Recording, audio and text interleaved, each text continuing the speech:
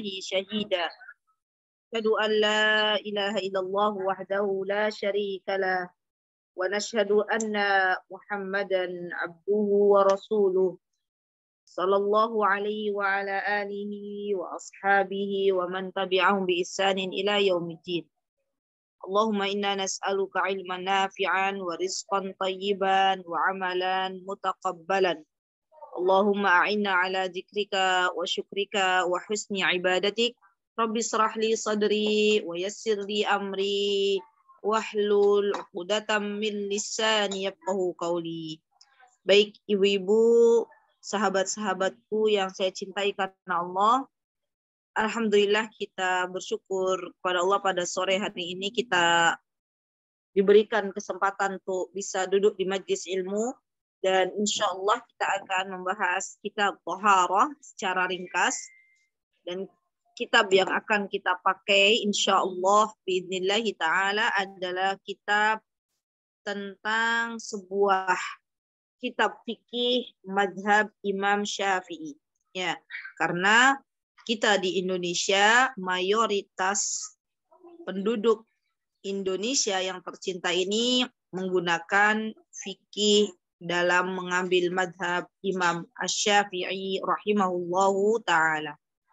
Mudah-mudahan Allah Subhanahu wa taala memudahkan kita untuk menuntaskan kitab Thaharah, dan mudah-mudahan apa yang kita dapatkan pada kajian kali ini bermanfaat untuk diri kita dan kita bisa amalkan di dalam kehidupan kita sehari-hari. Amin Allahumma amin. Salawat beriring salam semoga tetap Allah limpahkan kepada kekasih kita Nabi Muhammad sallallahu alaihi wasallam dan juga kepada para sahabat ridwanullahi alaihim, pada para keluarga beliau, dan kita berdoa semoga kita semuanya kelak mendapatkan syafaat di hari kiamat nanti. Amin Allahumma amin. Baik teman-teman yang saya cintai karena Allah, nasta'inu billah, kita memohon pertolongan kepada Allah. Ini karena sepertinya kalau kitab Thaharah saya biasa mengisi kajian offline di Yogyakarta di sebuah masjid di salah satu daerah di Bantul di Yogyakarta. Itu biasanya saya menghabiskan beberapa kali pertemuan, ya minimal kalau untuk kitab Thaharah saja saya menghabiskan waktu kurang lebih kira-kira sekitar 15 pertemuan, dan panitia mengamanahkan kepada saya untuk sore hari ini bahwa kita akan belajar bersama-sama tentang kitab Thaharah. Ya, mudah-mudahan Allah Subhanahu wa taala memudahkan kita semuanya. Baik. Kita akan belajar yang pertama teman-teman, mohon dicatat judulnya adalah tentang macam-macam air, ya. Jadi, di dalam kitab Imam Syafi'i rahimahullahu taala beliau menjelaskan bahwa di antara macam-macam air, yang mana air itu adalah sesuatu yang sangat-sangat berguna bagi kita sebagai hamba Allah, maka Imam Syafi'i membagi air tersebut menjadi 4 bagian. Yang pertama adalah thahir mutahhir, air yang suci dan mensucikan. Thahir mutahhir. Ya. Dan juga Imam Syafi'i menambahkan thahir mutahhir ghairu makruhin, yang mana air yang suci dan mensucikan serta tidak makruh untuk bersuci. Maksudnya air ini boleh dipakai untuk bersuci. Suara saya terdengar jelas atau terputus-putus Kak Bondan? Terdengar jelas Ustazah. Baik, terima kasih. Baik. Nah, ya air suci yang mensucikan ini teman-teman dan tidak makruh itu boleh untuk dipakai untuk bersuci dan dinamakan dengan air mutlak. Ya, air mutlak itu maksudnya seperti teman-teman misalnya mengambil air dari mata air atau dari sumur. Nah, ini namanya air mutlak. Atau misalnya teman-teman misalnya mengambil air dari air laut misalnya. Ya sama, ini juga namanya air mutlak. Jadi disebut air mutlak, yang mana air ini boleh untuk dipakai untuk bersuci. Yang kedua teman-teman, Imam Syafi'i mengatakan bahwa pembagian air itu yang kedua adalah tohir, mutohir, makruh. Dia airnya suci dan juga mensucikan tapi makruh. Jadi bisa dipakai untuk mensucikan, tapi ini makruh. Ya, kalau makruh kan teman-teman tahu ya, bahwa makruh itu kalau misalnya kita meninggalkan, maka kita akan mendapatkan pahala di sisi Allah Subhanahu wa taala. Contohnya apa? Air yang mensucikan, boleh mensucikan dengan air tersebut, tapi makruh adalah air musyammas. Nah, air musyammas itu apa?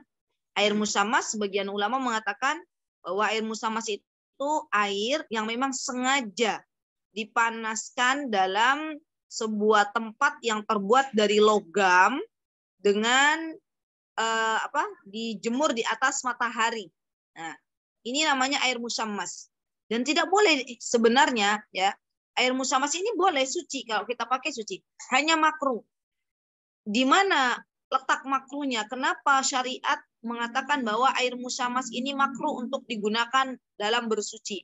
Karena ternyata teman-teman, seseorang ketika sering menggunakan air musyammas, air yang sengaja dijemur, dipapar di atas matahari dengan menggunakan wadah logam, ini kalau sering terkena kulit kita, maka akan menjadi rusak ya, akan ada penyakit kanker kulit. Nah, subhanallah. Jadi tidaklah agama atau syariat ini memperbolehkan atau melarang sesuatu, pasti ada hikmahnya.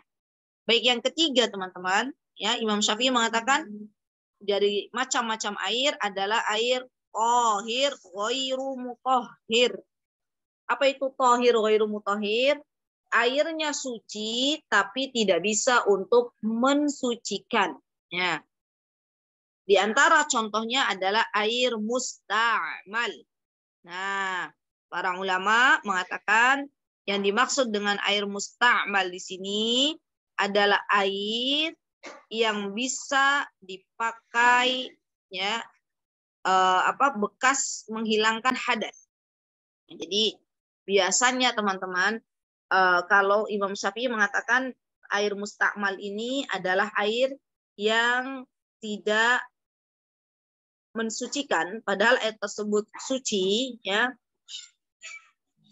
Atau air musta'mal itu adalah air yang dipakai setelah orang lain memakai untuk bersuci, atau air tersebut tercampur dengan benda-benda suci.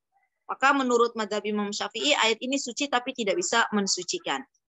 Kemudian yang keempat adalah air najis. Ya, air najis, di mana air najis ini adalah air yang tidak bisa dipakai untuk bersuci karena dia tercampur dengan benda najis. Ya. Nah, ini teman-teman yang disebut dengan macam-macam air yang disampaikan oleh Imam Syafi'i. Dan untuk air najis ini teman-teman ada batasannya kalau dalam mazhabnya Imam Syafi'i. Ya. Apabila air itu bercampur dengan benda najis dan jumlahnya tidak sampai 2 kullah. Ya, 2 kullah.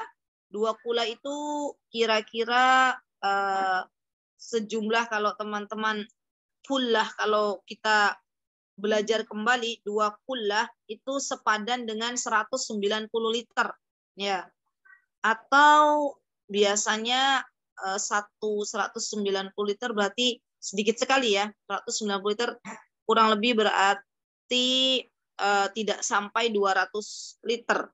Atau ada yang mengatakan kurang lebih 216 liter itu sama dengan 2 kullah. Artinya air tersebut jumlahnya tidak banyak. Ya. Nah, berbeda ketika misalnya nih teman-teman, air najis, ya, air tercampur dengan benda najis. Airnya bersih tapi tercampur dengan benda najis dan dalam jumlah yang cukup banyak, ya. Kemudian air tersebut setelah dilihat itu tidak ada perubahan baik dari segi bau, warna ataupun rasa. Maka dalam hal ini beberapa ulama mengatakan kalau ada air tercampur dengan benda najis tapi tidak berubah rasa karena banyaknya air tersebut, maka dalam hal ini masih bisa dipakai untuk bersuci. Ya. Jadi air yang tidak bisa dipakai untuk bersuci atau disebut dengan air najis apabila jumlahnya adalah tidak sampai 2 kullah, berarti sangat-sangat sedikit. Ya, pastinya kalau air yang sangat sedikit tercampur benda najis itu akan merubah rasa, warna, dan bau. Ya, baik. Bab pertama sudah kita mengerti bersama-sama tentang pembagian air dan macam-macamnya. Ya. Kemudian yang kedua, di dalam kitab Imam Syafi'i menjelaskan tentang bagaimana menyamak kulit, ya, menyamak kulit bangkai. Ini kita tidak akan berbicara panjang lebar, teman-teman, karena menurut saya ini sesuatu yang tidak banyak kita jumpai di kehidupan kita. Tapi yang pasti kita harus tahu bahwa kulit bangkai binatang, ya, itu bisa menjadi suci ketika dia disamak, ya, ketika dia disamak. Dan ini menyamak kulit juga tidak sembarang orang bisa menyamaknya. Jadi ada tips, ya, ada ilmunya, ya.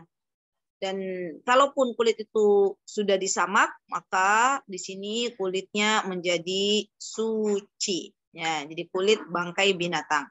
Baik, bab yang kedua sudah kita lewati. Ya, yang penting di bab kedua ini kita tahu saja secara global. Kemudian di bab yang ketiga adalah Imam Syafi'i mengatakan adanya larangan menggunakan emas dan perak sebagai wadah, sebagai tempat makan, sebagai ina kalau bahasa Arab. Ya, baik itu digunakan untuk tempat makan ataupun tempat minum. Maka syariat tidak membolehkan kita, teman-teman, menggunakan wadah baik itu untuk makan maupun untuk minum yang terbuat dari emas dan perak. Ya, subhanallah. Ilahnya di mana? Kenapa syariat tidak memperbolehkan? Karena besok kita sebagai orang-orang yang beriman, yang kita berharap memasuki surganya Allah Subhanahu wa taala, besok di akhirat nanti penghuni-penghuni surga akan diberikan oleh Allah Subhanahu wa taala kesempatan untuk minum dan makan dari wadah yang terbuat dari emas. Ya, Masya Allah. Jadi subhanallah, para penduduk surga itu besok tempat makannya, tempat minumnya itu terbuat dari emas. Nah, di sini juga perlu kita ketahui, walaupun ya tempat makan atau tempat minum itu apa ya, kalau ibu-ibu tuh biasanya lucu banget gitu ya. Tapi kalau itu terbuat dari emas dan perak, maka kita tidak boleh menggunakannya, ya, karena adanya larangan dari Nabi kita Muhammad Sallallahu Alaihi Wasallam. Ya, baik. Alhamdulillah, untuk bab ketiga sudah kita pelajari. Kemudian kita beralih ke bab keempat. Ya, karena kita sedang belajar tentang fikih ringkasnya. Jadi kita tidak terlalu detail, ya. Baik. Kemudian yang bab yang keempat, Imam Syafi'i menjelaskan tentang hukum bersiwak, teman-teman. Ya, bersiwak itu kalau mungkin teman-teman tahu, kayu ada namanya khusus kayu siwak, teman-teman.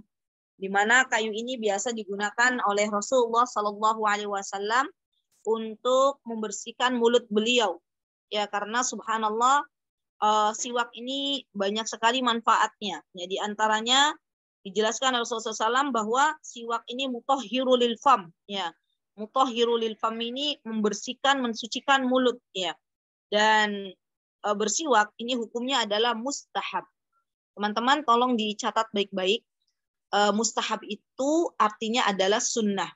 Dan di dalam ilmu fikih yang pernah saya pelajari, teman-teman, dari guru saya waktu di Yaman, itu kalau disebutkan mustahab, ya, maka sinonimnya adalah sunnah. Sinonimnya lagi adalah tatawwu'. Sinonimnya lagi adalah nafilatun. Jadi ada 4. Sunnah, mustahabun, tatawwu', dan nafilah. Itu semua adalah sunnah. Artinya adalah sunnah. Ya, Masya Allah. Nah, hukum bersiwak ini hukumnya adalah sunnah dalam beberapa keadaan. Ya, contoh misalnya ketika seseorang bangun dari tidur, ya, ini disunahkan untuk bersiwak karena kita tahu biasanya orang kalau bangun dari tidur itu kan bau mulut, ya, mulutnya bau, maka disunahkan untuk bersiwak. Kemudian ketika akan mengerjakan sholat, ya, ini juga disunahkan untuk bersiwak agar lebih fresh gitu ya ketika kita bermunajat dengan Allah Subhanahu wa taala. Atau kalau Rasulullah Shallallahu alaihi wasallam beliau biasa bersiwak ketika akan menemui istri-istri beliau. Ya Masya Allah. Beliau juga biasa bersiwak ketika beliau akan memasuki rumah beliau. Ya Masya Allah. Dan ini semuanya adalah mustahab, adalah sesuatu yang disunnahkan. Ya Masya Allah. Sampai-sampai Rasulullah itu teman-teman saking cintanya kepada siwak. Kalau teman-teman baca sirahnya Nabi kita Muhammad SAW, maka kita akan mendapati bahwa di detik-detik terakhir kehidupan Rasulullah SAW, Rasulullah meminta kepada Abdurrahman, adiknya Ibunda Aisyah radhiyallahu anha, untuk dipakaikan siwak. Ya, itu saking cintanya Rasulullah SAW kepada siwak. Nah, teman-teman, kalau kita mengaku diri kita cinta kepada Nabi kita Muhammad SAW, maka yuk biasakan bersiwaknya. Nanti kalau ada pertanyaan, boleh nggak pakai sikat gigi dalam bersiwak? Kita ikhtiarkan dulu bersiwak dengan kayu siwak. Ya Masya Allah, karena saat ini di Indonesia sudah lebih mudah mendapatkan kayu siwak di toko-toko oleh-oleh haji dan umrah. Ya, kalau memang misalnya sulit untuk mendapatkannya, maka para ulama mengatakan bolehnya mengganti siwak dengan sikat gigi, ya, dengan sikat gigi yang dibubuhi pasta gigi. Wallahu ta'ala a'lam. Yang pasti tujuan utama dari bersiwak adalah untuk membersihkan mulut dan pastinya menyegarkan mulut ya, jadi lebih fresh lagi. Baik. Alhamdulillah bab keempat sudah kita lalui. Kemudian kita akan beranjak ke bab kelima. Kak Bondan, mohon maaf, saya mohon diingatkan, di reminder, kalau waktunya sudah mau habis 5 menit lagi atau berapa lagi? Ada pertanyaan nanti ya Kak Bondan ya? Bagaimana ini? Siap Ustazah, terserah Ustazah kalau memang masih ada waktu, apakah boleh dibuka sesi tanya jawab atau nanti pertanyaannya bisa disimpan untuk yang pekan depan Ustazah? Oh, baik. Ini mengingat saya sudah melihat bab judul kitab Toharoh. Ini Masya Allah babnya banyak sekali. Masya Allah lebih dari 15 bab. Ya mudah-mudahan kita sampai. Kita selesaikan dulu ya. Karena baik, memang Ustazah. Saya biasanya kalau kajian offline tentang kitab Toharoh ini beberapa kali pertemuan. Ya, enggak apa-apa. Ya, bismillah. Karena kita sedang belajar fikih ringkasnya. Begitu ya Kak Bondan ya? Baik, siap Ustazah. Ya. Nanti ibu-ibu kalau saya misalnya dirasa oleh teman-teman terlalu cepat, mohon saya diingatkan. Ya, baik. Alhamdulillah kita sekarang menginjak di bab kelima dari kitab Toharoh. Apa itu bab kelima? Oh, bukan bab kelima ya. Coba saya mau cek kita sudah masuk bab berapa nih? Bab 5. Kelima Ustazah. 5 Ustazah. Yakin kelima? Coba disebutkan ibu-ibu. Yang pertama apa? Yang pertama macam-macam air Ustazah. Oke, Pembagian yang kedua air, menyamak kulit bangkai. Baik, yang ketiga larangan emas atau perak digunakan untuk tempat makan. Yang keempat hukum bersiwak Ustazah. Masya Allah, alhamdulillah. Berarti sekarang yang kelima. Baik. Baik. Nah, yang kelima teman-teman, Imam Syafi'i rahimahullahu taala, beliau menyebutkan tentang rukun-rukun wudhu. Ya. Nah, ini nih penting banget nih. Kenapa saya katakan penting kita tuh sebagai seorang muslimah mengetahui rukun-rukun wudhu? Karena wudhu itu adalah amal solih yang biasa kita lakukan sebelum kita menunaikan ibadah salat, ya kan? Ya, jadi jangan sampai kita enggak tahu rukun wudhu aja apa gitu ya. Kita harus tahu sekarang ilmu dulu. Nah, di antara rukun wudhu itu kata Imam Syafi'i ada 6, teman-teman. Yang pertama, niat. Ya. Dan ini yang menjadikan pembeda niat ini antara aktivitas harian dan amal saleh. Ibu-ibu kalau mau wudhu, niatnya apa? Mengangkat hadas kecil. Ya, jadi harus ada niat ketika kita akan berwudhu. Yang kedua, di antara rukun wudhu adalah membasuh muka. Ya, ghuslul wajh. Yang ketiga, di antara rukun wudhu adalah ghuslul yadaini ilal mirfaqain. Membasuh kedua tangan sampai kedua siku-siku.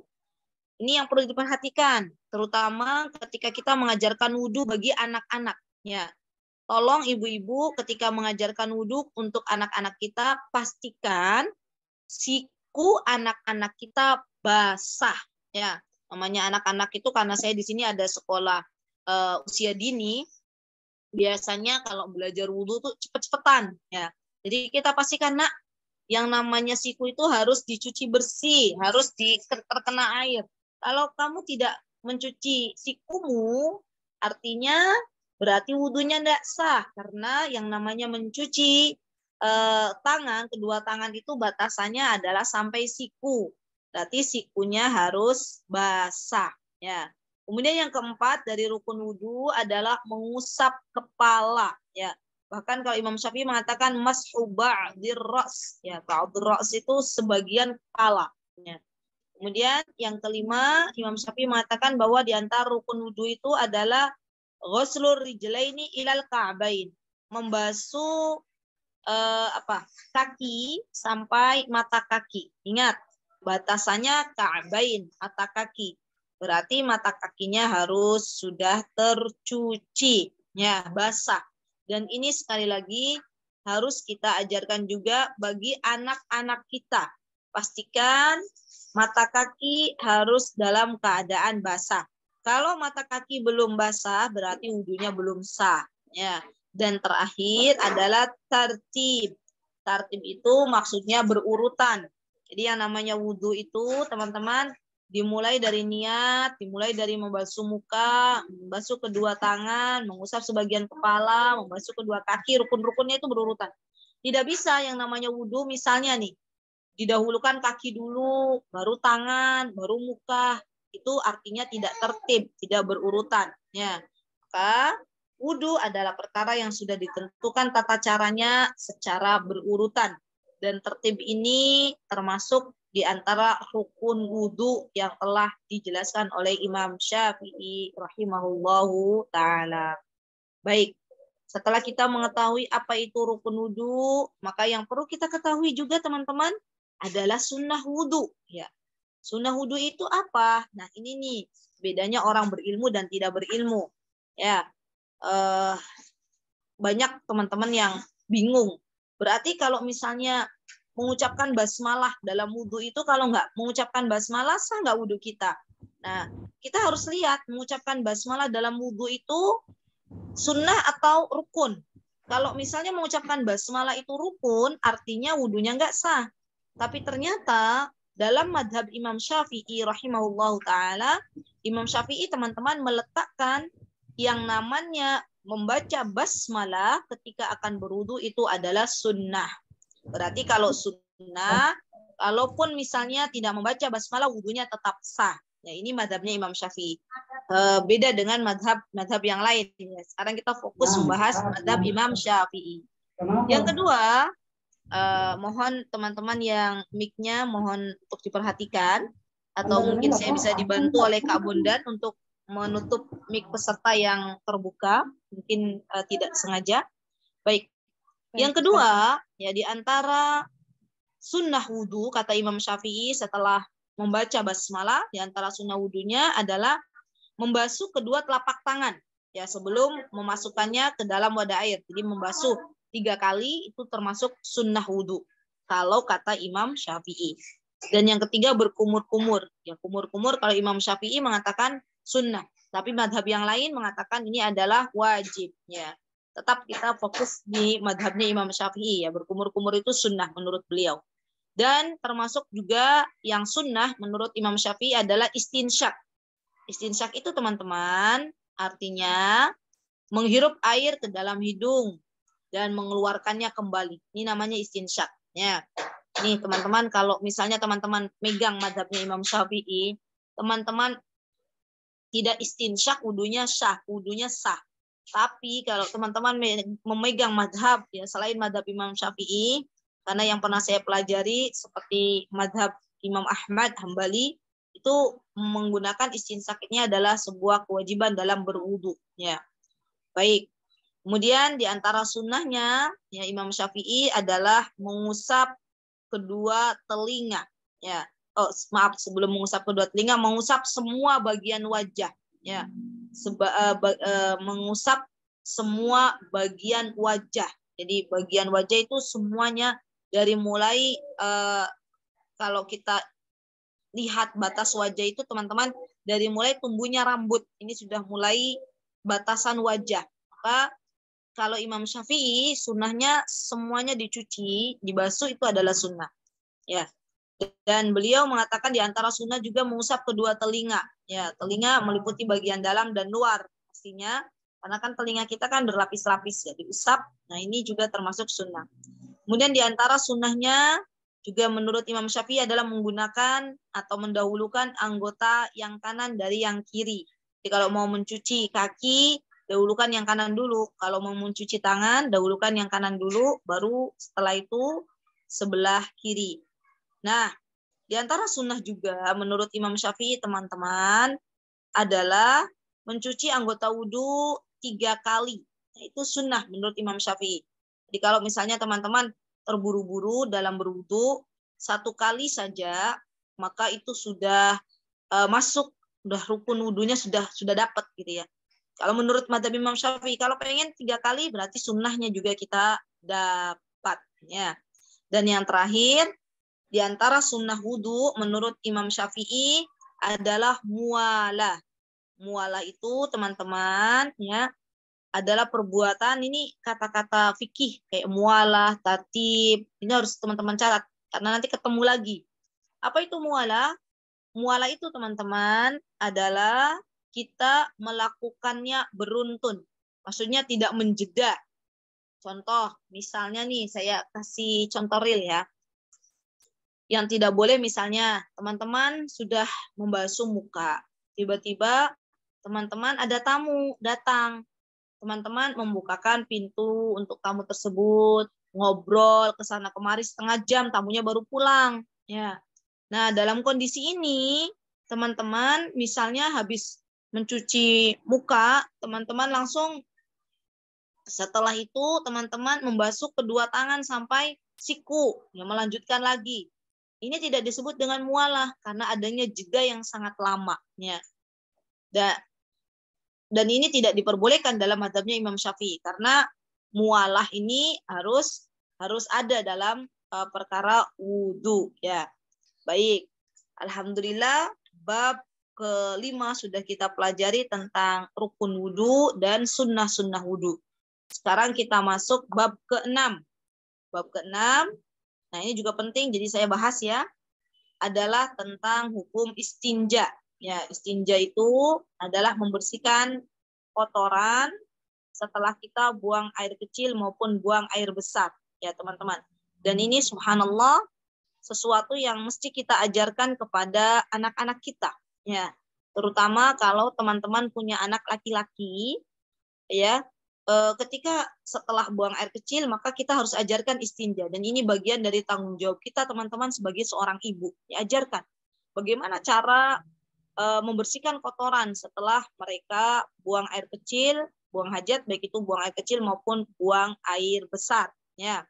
Dan Imam Syafi'i mengatakan bahwa di antara yang paling utama teman-teman ya untuk beristinja ini ada level-levelnya.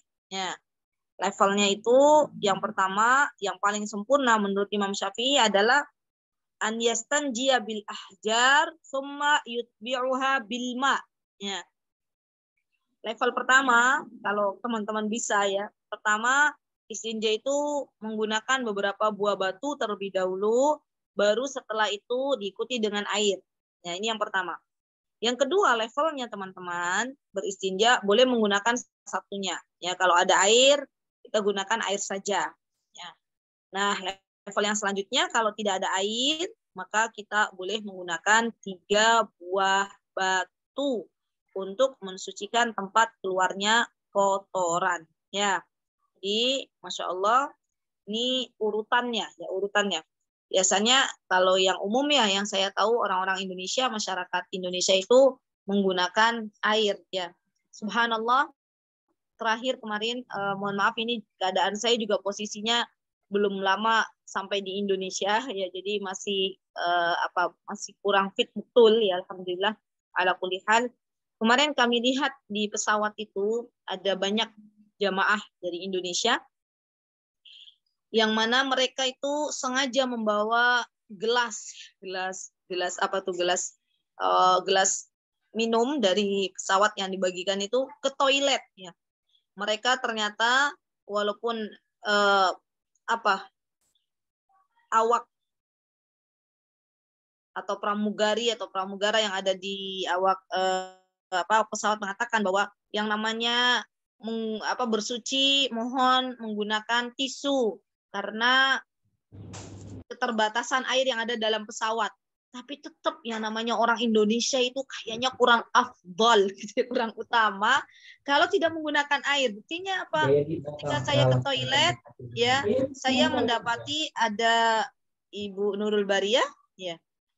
Saya mendapati ada banyak gelas-gelas yang orang Indonesia bawa. Artinya mereka itu sepertinya belum biasa menggunakan tisu ya. Jadi tetap mereka menggunakan air ya.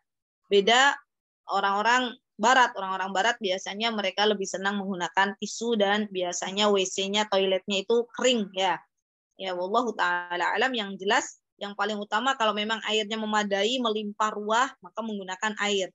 Tapi kalau misalnya memang tidak ada air sama sekali, ya bagaimana? Apakah tidak istinja? Tetap harus istinja, tetap harus membersihkan kotoran. Dengan apa? Dengan batu atau yang semisalnya. Misalnya apa? Tisu zaman sekarang ya, itu boleh dibersihkan dengan tisu. Baik, alhamdulillah kitab ke-6, bab ke-6 dari kitab Thaharah tentang istinja sudah kita dengar bersama-sama dan saatnya kita pindah ke bab ke-7 dari kitab Thaharah, yaitu bab adab qada'ul hajah, ya, adab membuang hajat. Ya. Jadi teman-teman subhanallah ya, tidak ada agama yang paling komplit yang teman-teman bisa dapatkan kecuali di dalam agama Islam, ya. Karena dalam agama Islam ini subhanallah masalah buang hajat saja diatur sedemikian rupa, subhanallah. Sampai-sampai bukan hanya bagaimana beristinja, bagaimana membersihkan kotoran ya dari bekas kotoran, begitu buang air kecil maupun buang air besar, dibahas juga bagaimana adabnya, subhanallah. Ini sempurna sekali ya syariat Islam itu, masya Allah. Nah, di antara adabnya teman-teman adalah di antaranya kata Imam Syafi'i di dalam kitab beliau, kata beliau tidak boleh membuang hajat di tempat terbuka dengan menghadap kiblat atau membelakanginya. Nah, misal teman-teman, insya Allah kalau zaman sekarang sih sudah tertutup ya. Mungkin kalau pas di hutan teman-teman lagi camping atau lagi, tapi sekarang saya yakin di Yogyakarta juga tempat-tempat camp itu sudah ada toiletnya. Mungkin ya kalau daerah-daerah Kalimantan atau wallahu taala alam, saya belum tahu persis di sana seperti apa. Yang jelas kalau misalnya di tempatnya terbuka, maka pastikan ketika buang hajat itu tidak menghadap kiblat atau membelakanginya. Ini khusus bagi tempat yang terbuka. Ya. Nah, bagaimana kalau tempat yang tertutup, yang di situ sudah ada bangunannya, sudah ada toiletnya, ya mau menghadap kemana maka kita ikuti toilet itu, ya. Dan kalau bisa lagi nih teman-teman, saya pesan ya ke teman-teman yang mungkin mau bangun rumah, begitu ya, pastikan yang namanya bangun rumah itu bukan hanya yang dibahas masalah desain interior, desain luarnya seperti apa. Tapi juga yang perlu dibahas, dikomunikasikan dengan para tukang atau misalnya pemborong, itu pastikan, teman-teman katakan boleh kok kita minta, tolong Pak, untuk toiletnya menghadapnya bukan ke arah kiblat. Tapi kalau di kita, di Yogyakarta, tolong hadapkan ke arah utara dan selatan. Ya, itu boleh. Jadi tidak menghadap ke arah kiblatnya. Baik. Kemudian di antara adab membuang hajat, kata Imam Syafi'i adalah tidak boleh yang namanya membuang air kecil maupun membuang air besar di ma'ur raqid. Ma'ur raqid itu teman-teman air yang menggenang, yang nggak boleh kita. Kenapa kok kita tidak boleh tidak boleh membuang hajat di air yang tergenang? Karena ternyata biasanya air yang tergenang itu di situ ada binatang-binatang buas, teman-teman. Bisa dibayangkan enggak? Ada orang buang air kecil di situ tiba-tiba keluar buaya dari air yang menggenang itu. Dan nanti malah mudarat, malah bahaya ya. Ini nggak boleh karena biasanya air yang menggenang itu di dalamnya ada binatang-binatang buas ya. Kemudian tidak boleh juga kata Imam Syafi'i membuang air kecil maupun air besar di bawah pohon yang biasa pohon tersebut berbuah ya, musmirah, jadi ada buahnya lebat, itu kita nggak boleh ya. Atau biasanya pohon tersebut dipakai untuk berteduh ya, berteduh orang-orang di bawah pohon, itu nggak boleh kita buang air kecil dan buang air besar.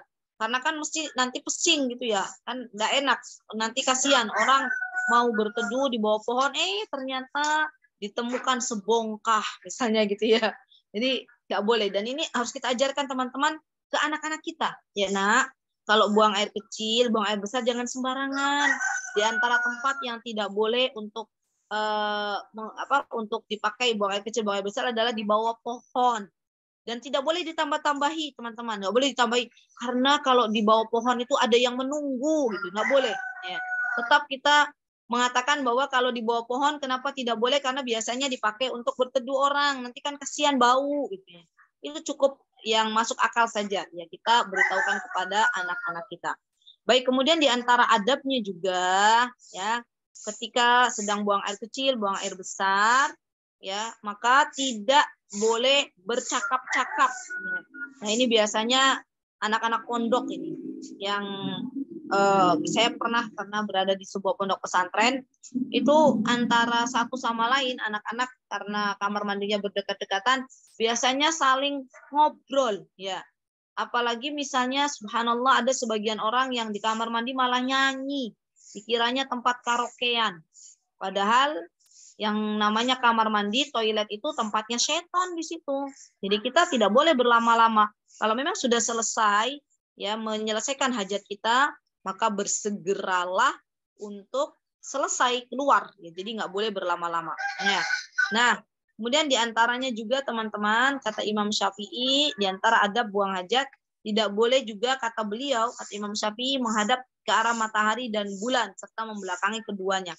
Ini Imam Syafi'i mengatakan demikian. Tapi kalau mazhab lain yang saya tahu tidak membahas sampai sedetail ini. Ya, wallahu taala alam. Baik. Kita sudah membahas tentang masalah hajat, adab buang hajat. Maka bab yang selanjutnya Imam Syafi'i mengatakan masalah perkara yang membatalkan wudhu. Ya, ini juga perkara membatalkan wudhu. Ini adalah perkara yang luar biasa yang harus kita ketahui. Jadi sambungannya dengan bab wudhu. Ya, di antaranya ada 6 perkara yang membatalkan wudhu. Kata Imam Syafi'i diantaranya ketika ada sesuatu yang keluar dari kubul. Nah, teman-teman harus paham ya kubul itu apa, dubur itu apa. Kubul itu saluran untuk buang air kecil, itu namanya kubul. Ya, dubur itu saluran untuk biasa kita buang air besar, itu namanya dubur. Ya. Nah, kalau ada yang keluar dari 2 lubang ini, baik kubul maupun dubur, maka kita batal wudhu kita. Ya.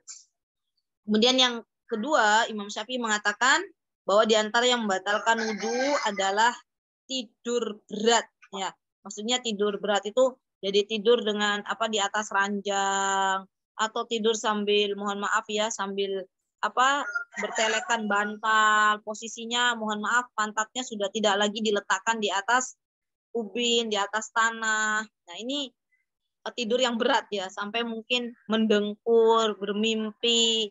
Nah, kalau pantatnya tidak menempel di tanah, maka ini membatalkan wudhu. Ya, beda dengan misalnya nih teman-teman, saking ngantuknya lagi qiyamul lail, lagi tahajud, ya Masya Allah, tiba-tiba tuh ngantuk berat sambil duduk gitu, sambil baca Quran, makler. Apa ya bahasa Jawa niki makler ki? Bahasa apa ya makler? Ada yang dari Jawa nggak di sini teman-teman? Kalau bahasa Jawa ki makler. Makler apa ya? Bentar, makler ini tidur sebentar tapi nikmat gitu ya. Begitu ya Kak Bondan, dari Jawa atau dari mana ini? Dari Jawa Ustazah. Oh iya, tahu makler enggak? Maksiat gitu Ustazah. Maksud. Pak Ustazah. Oh iya, bolehlah. Maksud sih apa ya? Maksud ki sebentar ya Kak Bondan, Iya. tapi dia tuh tidurnya tuh subhanallah enak gitu loh. Iya. Bangun-bangun fresh. Nah, itu makler namanya. Nah, kalau misalnya kita tidur dalam posisi, mohon maaf ya, pantat kita masih tersentuh di bagian ubin atau di tanah, maka ini tidak membatalkan wudhu kita. Ya, Masya Allah, ini ya luar biasa. Jadi sampai dibahas sedemikian rupa. Dan ini nikmat biasanya tidur makler ini ya. Ustazah gimana kalau sampai bermimpi walaupun tidur sebentar? Tetap kalau memang pantatnya masih tersentuh di ubin, ini tidak membatalkan wudhu kita. Baik. Kemudian Imam Syafi'i mengatakan di antara perkara yang membatalkan wudhu, kata beliau, adalah hilangnya kesadaran. Baik itu dikarenakan mabuk, ya, wala'iyadzubillah ya teman-teman. Semoga Allah Subhanahu wa taala menjauhkan kita semuanya, keturunan kita dari yang namanya minuman khamr, karena sekarang sudah merebak merajalela di mana-mana. Ya, di toko-toko kecil, di supermarket kecil sudah banyak ya minuman-minuman beralkohol yang dijual bebas. Ya, makanya kita banyak-banyak berdoa nih pada Allah Subhanahu wa taala agar Allah menjauhkan anak keturunan kita dari yang namanya minum-minuman keras ya. Kalau ada orang minum minuman keras maka menjadi batallah wudunya. Atau misalnya pingsan juga menurut Imam Syafi'i ini membatalkan wudunya. Nah, kemudian di antara yang membatalkan wudhu menurut mazhab Imam Syafi'i adalah menyentuh kemaluan. Ya, menyentuh kemaluan tanpa adanya ini hail. Hail itu tanpa adanya penghalang. Ya, jadi tidak disertai dengan kain. Ya, jadi kalau misalnya mohon maaf sekali ibu-ibu gatal area kemaluannya, kemudian ibu-ibu sentuh, ya langsung menyentuh dengan tangan, ini membatalkan wudhu. Bagaimana Ustazah kalau di situ ada penghalangnya? Ya, misalnya kain, maka ini tidak membatalkan wudhu. Ya. Dan Imam Syafi'i juga mengatakan, ini pendapat Imam Syafi'i ya teman-teman, bersentuhan kulit tanpa ada penghalang antara laki-laki dan perempuan yang bukan mahram. Ini juga membatalkan wudhu. Nah, sekarang banyak nih di antara kita, ya teman-teman, padahal Imam Syafi'i kan mengatakan yang bukan mahram. Ya, suami laki-laki dan perempuan yang bukan mahram itu kalau bersentuhan kulit membatalkan wudhu. Sekarang saya banyak menemui ya ibu-ibu itu ya mengaku mazhabnya Imam Syafi'i, tapi ketika menyentuh suaminya, maka mereka akan mengatakan, Pak batal wudhunya. Saya sudah punya wudhu karena disentuh sama Pak gitu. Pak itu suami, maka batal wudhunya. Padahal itu tidak membatalkan wudhu ibu-ibu. Ya, karena Imam Syafi'i mengatakan dengan jelas yang membatalkan wudhu itu adalah, Masya Allah ya, al-mar'atu atau ar-rajul ajnabi. Al-mar'atul ajnabiyah. Ya. Lilamsul mar'at rajulil al-mar'atul ajnabiyah min ghairi haid. Tanpa adanya pembatas, itu yang membatalkan wudhu, yang bukan mahram. Lah, suami kita kan mahram kita. Ya. Dan Rasulullah SAW dalam riwayat saya pernah membaca, beliau juga pernah ya mengecup keningnya ibunda Aisyah radhiyallahu anha ketika beliau sudah dalam keadaan berwudu dan beliau tidak mengulangi wudunya kembali. Ya, Masya Allah. Jadi ini menjadi catatan penting bagi kita pengikut mazhab Imam Syafi'i bahwa jikalau bersentuhan kulit antara laki-laki dan perempuan yang mana itu adalah mahramnya, tidak membatalkan wudhu. Yang membatalkan wudhu kalau bukan mahram. Dan PR lagi nih ibu-ibu, kita belajar lagi siapa sesungguhnya mahram kita, ya, dan siapa yang bukan mahram kita. Kak Bondan, untuk daerah Wita, mohon saya diinfokan maghribnya jam berapa di sana ya? Biasanya jam 6:10. 18:10 atau lewat 15 Ustazah. Bentar. Baik, berarti kalau di kita kan WIB-nya 16.46 saat ini ya. Iya. Berarti teman-teman di sana belum masuk maghrib ya?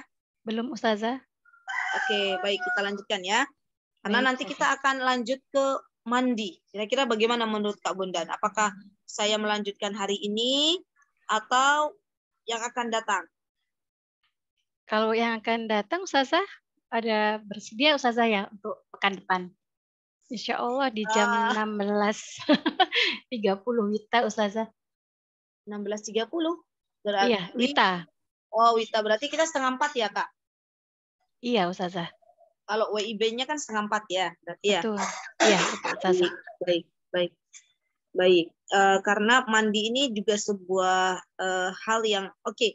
Kita satu lagi saja. Karena Baik, nanti Ustazah. setelah mandi ada hukum mengusap sepatu. Nah, hukum mengusap sepatu ini yang saya rasa penting, tapi tidak sepenting mandi ya, karena mandi kan sesuatu hal yang mandi besar terutama adalah sesuatu hal yang biasa kita temui. Baik, satu lagi ya teman-teman, bab tentang perkara mandi. Ya mudah-mudahan Allah memberikan kepahaman untuk kita semuanya. Nah, di antara perkara yang mewajibkan mandi menurut Imam Syafi'i. Kita belajar mazhabnya Imam Syafi'i. Kata beliau, alladzi yujibul ghusl itu sittata asya. Ya, ada 6 perkara. Apa yang mewajibkan seseorang dia harus mandi besar? Ya, pertama kata Imam Syafi'i, teman-teman, adalah beliau membagi dua dulu, membagi dua, 3 yang berkaitan dengan laki-laki serta perempuan, dan 3 yang berkaitan dengan khusus perempuan. Jadi yang mewajibkan mandi, teman-teman nanti bikin bagan, itu dibagi 2 dulu. Yang pertama yang berkaitan dengan laki-laki dan perempuan. Kemudian bagian kedua adalah yang berkaitan khusus dengan perempuan. Ya. Nah, 3 dari yang berkaitan dengan laki-laki perempuan, bagian pertamanya ya adalah iltiqaul khitanain. Ketika 2 alat kemaluan bertemu antara laki-laki dan perempuan, antara suami istri. Apabila ia mohon maaf, saya harus mengucapkan ini karena ini adalah sesuatu yang penting ya, dan jangan diartikan sebagai sesuatu yang vulgar ya, karena ini masalah fikih. Jadi saya harus mengucapkannya. Misalnya ada suami istri setelah berhubungan suami istri bersenggama ya, berjima, maka setelah itu diwajibkan bagi keduanya untuk mandi besar ya. Yang kedua adalah keluarnya mani ya teman-teman, keluarnya mani. Dan keluarnya mani ini juga berhubungan dengan laki-laki maupun perempuan. Jadi jangan kira yang keluar mani itu hanya laki-laki. Perempuan juga bisa keluar mani, inzalul mani. Saya baca beberapa referensi kitab, itu ternyata perempuan juga keluar mani, teman-teman. Ya. Dan kita harus tahu, berarti kalau ada mani, nanti ada madi, ada wadi. Itu kita harus tahu juga, apa sih perbedaan antara mani, wadi, dan madi. Biasanya saya jelaskan ketika kajian offline. Ya, karena ini masih banyak yang kita bahas, jadi teman-teman cukup tahu bahwa ketika keluar mani, baik untuk laki-laki maupun perempuan, itu adalah sesuatu yang mewajibkan mandi. Tapi tidak dengan wadi dan madi. Baik. Kemudian yang ketiga adalah al-maut. Ya, ketika seorang laki-laki atau seorang perempuan, misalnya subhanallah ya, diwafatkan oleh Allah dalam keadaan meninggal, ya maka disitulah bagi seseorang yang masih hidup wajib hukumnya untuk memandikan jenazah, ya masya Allah. Dan ibrah ya teman-teman, dari perjalanan umrah kemarin itu masya Allah di antara rombongan kami ada yang diwafatkan oleh Allah, ya masya Allah, di masjid di kota Nabi ya, di kota Nabi, dan subhanallah dimandikan ya masya Allah di Madinah An-Nabawiyah, kemudian disolatkan di Masjid Nabawi ya masya Allah. Betapa indahnya kematian akhir hidup yang sangat baik ini ya. Diwafatkan waktu itu saya ingat betul, harinya hari Jumat, sore hari ba'da asar ya, menjelang maghrib, dan diwafatkan dalam keadaan masya Allah ya, keadaan sakit waktu itu. Jadi kami baru sampai di kota Madinah 2 harian, kemudian bapak tersebut masya Allah sakit ya, dibawa ke rumah sakit. Setelah berapa hari ya di rumah sakit, kemudian kami diberi kabar bahwa beliau telah wafat ya masya Allah. Maka masya Allah yang memandikan jenazah juga orang-orang salih kalau berada di kota Madinah. Dan pastinya siapapun yang diwafatkan di kota Madinah, teman-teman, itu mendapatkan syafaat dari Nabi kita Muhammad SAW. Sudah ada jaminannya. Ya, semoga kita yang hadir di sore hari ini Allah wafatkan di kota Nabi. Ya, amin. Allahumma amin. Dan Allah wafatkan dalam keadaan husnul khatimah. Amin. Allahumma amin. Baik.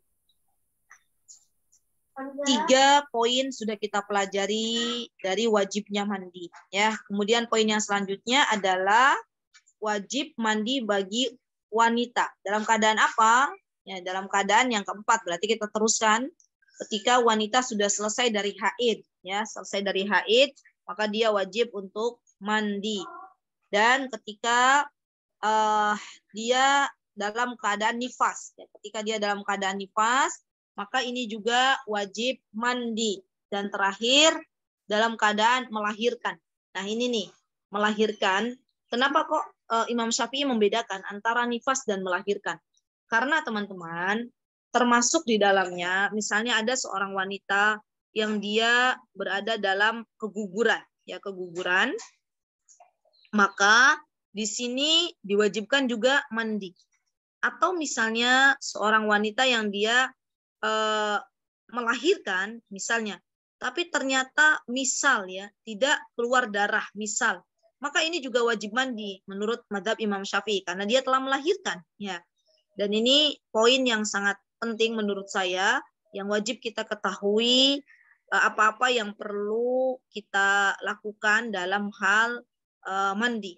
Oh iya, ada tambahan juga sebenarnya tapi tidak dicantumkan di dalam kitabnya Imam Syafi'i, tidak apa-apa. Insyaallah ini info yang menurut saya harus kita ketahui juga, termasuk diantaranya teman-teman ya, diantara yang sebagian ulama mengatakan diantara yang mewajibkan mandi apabila seseorang itu masuk ke dalam Islam, ya masuk ke dalam Islam, misalnya sebelumnya bukan beragama Islam, kemudian dia masuk ke dalam Islam, maka di sini pun diwajibkan baginya untuk mandi.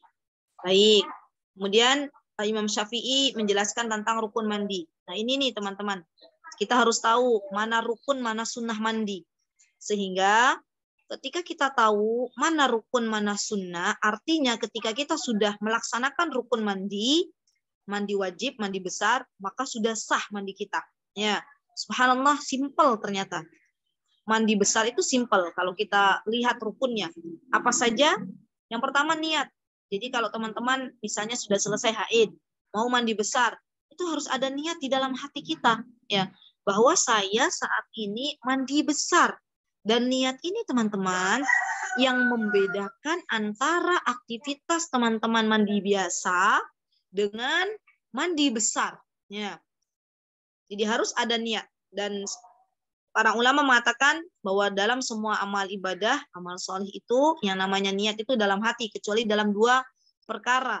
Ya, apa itu? Ketika seseorang akan haji dan ketika seseorang akan umrah, maka niatnya dilafadzkan labbaik Allahumma umratan atau labbaik Allahumma hajjan.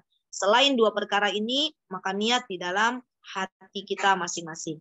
Baik. Kemudian rukun mandi setelah niat, maka menghilangkan najis jika ada di badannya. Ya, menghilangkan najis, misalnya di badan kita ada sesuatu yang menempel dan itu adalah benda najis, kita hilangkan dulu. Ya, kita hilangkan dulu. Setelah hilang, maka poin yang selanjutnya mengalirkan air. Ya, mengalirkan air ke seluruh rambut dan kulit. Sudah cukup itu yang menjadi rukun mandi. Berarti kalau seseorang misalnya nih teman-teman, ya sudah niat, ya Allah saya mau mandi besar, terus mengguyurkan air ke seluruh tubuh, sudah selesai, sah mandi besarnya. Yaitu menurut mazhab Imam Syafi'i. Jadi cukup mengalirkan air sampai ke seluruh tubuh itu sudah cukup sah untuk teman-teman mandi besar. Ya, jadi rukunnya simpel teman-teman ya, mengalirkan air dan niat serta menghilangkan najis jika ada najis di dalam badannya. Kemudian yang selanjutnya terakhir insya Allah adalah sunnah mandi. Ya, sunnah mandi itu apa saja? Di antaranya adalah atasmiyah. Ya, teman-teman tolong ditulis apa itu atasmiyah karena ini juga lafadz yang biasa dipakai ketika kita belajar ilmu agama. Atasmiyah itu membaca basmalah. Jadi ketika akan mandi disunahkan untuk membaca basmalah. Kemudian disunahkan juga untuk berwudu sebelumnya. Nah, berwudu sebelumnya ini ada 2 cara teman-teman. Kalau pernah saya baca di dalam kitab Sahih Fikih Sunnah Abu Malik, itu di sana dijelaskan bahwa mandi sebelum mandi besar, itu wudunya ada disunahkan untuk wudu. Wudunya adalah seperti kita akan wudu sholat. Itu yang pertama, cara pertama. Cara yang kedua, kakinya diakhirkan. Jadi teman-teman wudhu dulu, kakinya tunggu belum dicuci, baru teman-teman mandi besar. Nah, nanti setelah selesai baru kakinya dicuci. Ya, jadi ada dua cara, boleh dipakai kedua-duanya. Ya. Kemudian di antara sunnah mandi juga adalah imrarul yad alal jasad. Ya, imrarul yad alal jasad ini adalah menggosok-gosokkan tangan kita ke badan kita. Ya, jadi bukan hanya diguyur saja airnya, tapi kita juga menggosok-gosokkan ya anggota badan yang kita guyur untuk mandi itu dengan tangan kita. Ya. Kemudian di antara sunnahnya juga al-muwalat. Ya, sudah tahu ya tadi, tidak perlu saya jelaskan lagi nih apa itu al-muwalat karena tadi sudah teman-teman catat. Ya. Dan terakhir adalah sunnah mandi taqdimul yumna 'alal yusra. Mendahulukan bagian yang kanan dari bagian yang kiri. Nah, Masya Allah. Di ini teman-teman di antara sunnah-sunnah mandi. Ya, Masya Allah.